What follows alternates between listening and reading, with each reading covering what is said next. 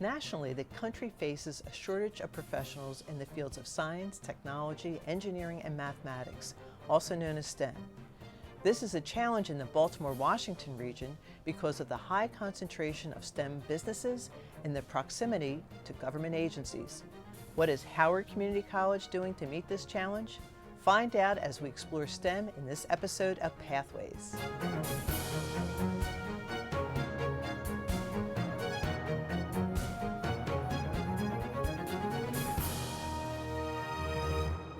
Welcome to Pathways. I'm Dr. Kate Hetherington, president of Howard Community College. Engineers, scientists, cybersecurity, and other STEM professionals are in demand locally and around the country. Community colleges are pivotal partners in the STEM pipeline, preparing students for careers or for transfer. At Howard Community College, students have excellent faculty and academics that keep pace with industry needs. For years, this winning formula still needed one critical element: a state-of-the-art building.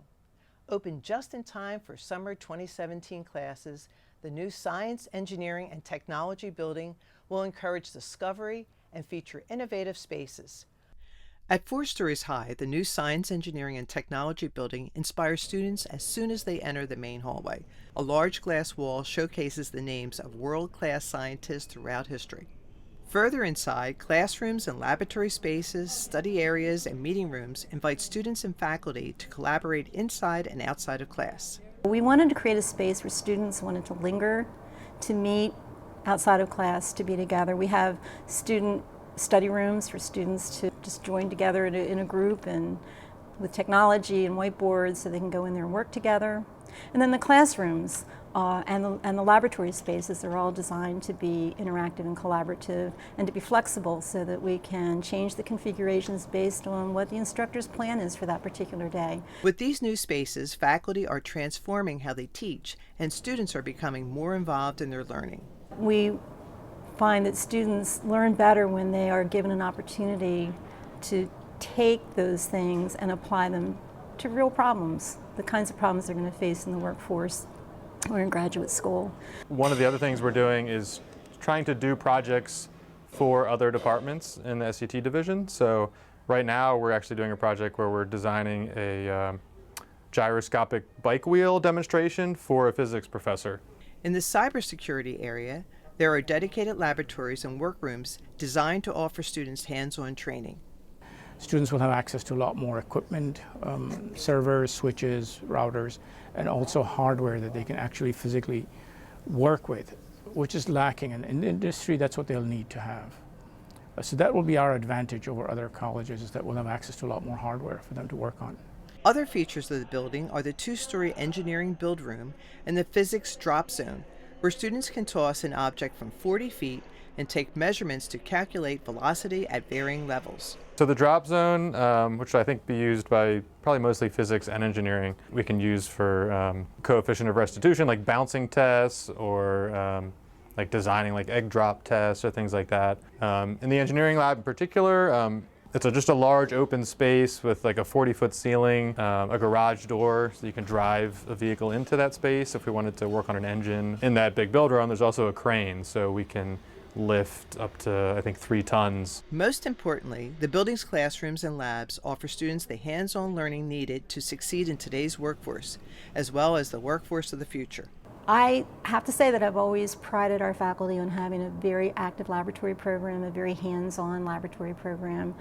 But, you know, there are times when you want to do a particular experiment with your students and you just don't have the refrigerated centrifuge that you need, or you don't have the sequencer that you need, or you don't have a fluorescence microscope, but we have those things now.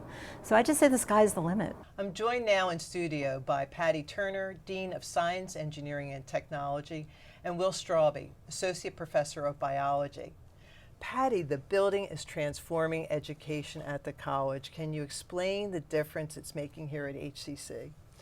Well, this building was clearly designed with students in mind, and I like to say that that experience begins when you walk in the door. When you walk in the door, there's a learning commons for students to use collaboratively or individually. They'll have access to library resources and to instructional technology so that they can work on their projects and their research. The classrooms have been designed also to allow faculty to kind of align their teaching practices with how we know students learn, how everybody learns. In the classroom, there's no podium.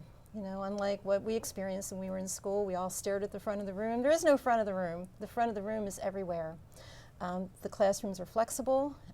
They're designed to adapt to whatever the instructor has in mind on a particular day. Students work individually, they work together on a variety of projects and tasks related to their course. The laboratories are designed the same way. They, again, no front of the room, they're student-centered. A lot of exciting things are happening. A lot of thought went into this whole process of making sure we had the best environment for students to learn. Absolutely, and in addition to doubling our space so that we can expand our programs, we're going to be able to offer new programs and new experiences for students because we have some new facilities. For example, a greenhouse to support our plant biology program. We have an observation deck so that astronomy students and the public can come in and sky watch. Well, if you weren't thinking about going to college, this is certainly the time, especially if you want to be a STEM major, to come to HCC. Absolutely. Yes. Now, Will, how is this changing the way you teach? Well, our classrooms are remarkably different than they used to be. They're big, they're opening, they're welcoming, they're brightly colored, but they're also very flexible. As Patty says, there's no front to the room, so we have to figure out how we're going to use that. They're also chock full of technology, so we have now the opportunity to present a variety of different formats for our students and really enhance the presentations that we offer. So I know undergraduate research is important to both of you, and most people don't think of undergraduate research as happening during your freshman or sophomore year. So, Will, you want to start off by telling us how that is incorporated into the teaching and learning environment that we have at the college? Well, so science, you know, is an act. It's a verb, and doing science is so important to really appreciate what science is all about. You know, when we lecture about science, we're really talking about the history of science, and doing science is a totally different thing. Students that are doing science get involved, and we know from our studies that have been conducted, that students that are engaged in undergraduate research stay, they get better grades, and they make more personal relationships with the faculty. And of course, on the faculty side, a lot of us come from a research background, and it's wonderful to be able to get back into it. It's a real opportunity for us. And Patty, you had spoken to me earlier about the connection with other colleges and universities and organizations with undergraduate research. Can you tell us a little bit about that? We've been very, very fortunate to get the attention and the support of some partners at four-year institutions, University of Maryland College Park, University of Maryland Baltimore County, Towson University, some of our corporate colleagues, W.R. Grace, Aero Labs, Applied Physics Lab, NIH. We had a group here on Friday, this past Friday, looking at our program. We're presenting our program to them. They seem very, very enthusiastic about supporting us in a variety of ways, whether it be, you know, our students transferring to four-year schools and bringing their research with them, collaborating with us on various projects. So we're very grateful to have that level of support, and I think that's kind of a testament to the good work that the faculty and the students are doing here.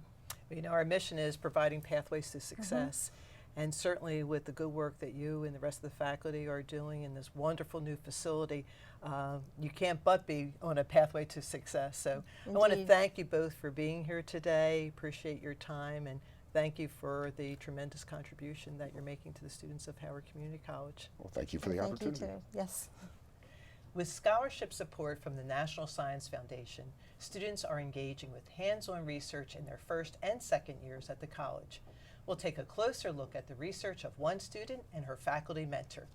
More introductory astronomy students. For student Kathleen Hamilton, the opportunity to do research is a dream come true.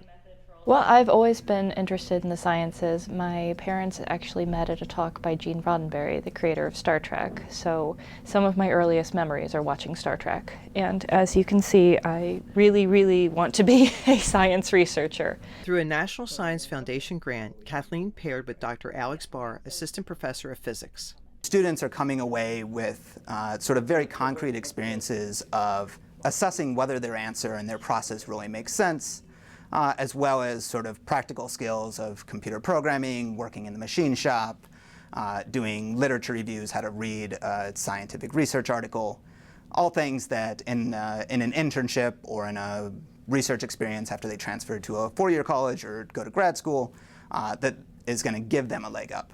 Working together, Kathleen and Dr. Barr are examining and documenting the dynamics of the double pendulum. A single pendulum is basically a grandfather clock, and a double pendulum is you just stick a second one on the end of the first one. So it has two legs that can sort of swing independently. And so what we were doing is trying to look at how the length of the two different legs influences how quickly the pendulum becomes chaotic. And so trying to study sort of the onset of this very complicated chaotic motion. As she looks back at her research experience, Kathleen knows that the benefits she gained will last far beyond Howard Community College. He's a wonderful mentor. We would meet at least once a week to go over all of our findings. And we have a 3-person team. 2 of them want to be engineers, and I want to be a theoretical physicist. So we did a very good division of labor where they built everything and I just coded simulations. And I've become really good friends with a lot of the other students in the program. We give each other presentations. Yeah, it's been really fun. It's a good team building activity and a fantastic thing to put on my resume. To learn more about the new building and the academic programs at the college, visit the HCC website.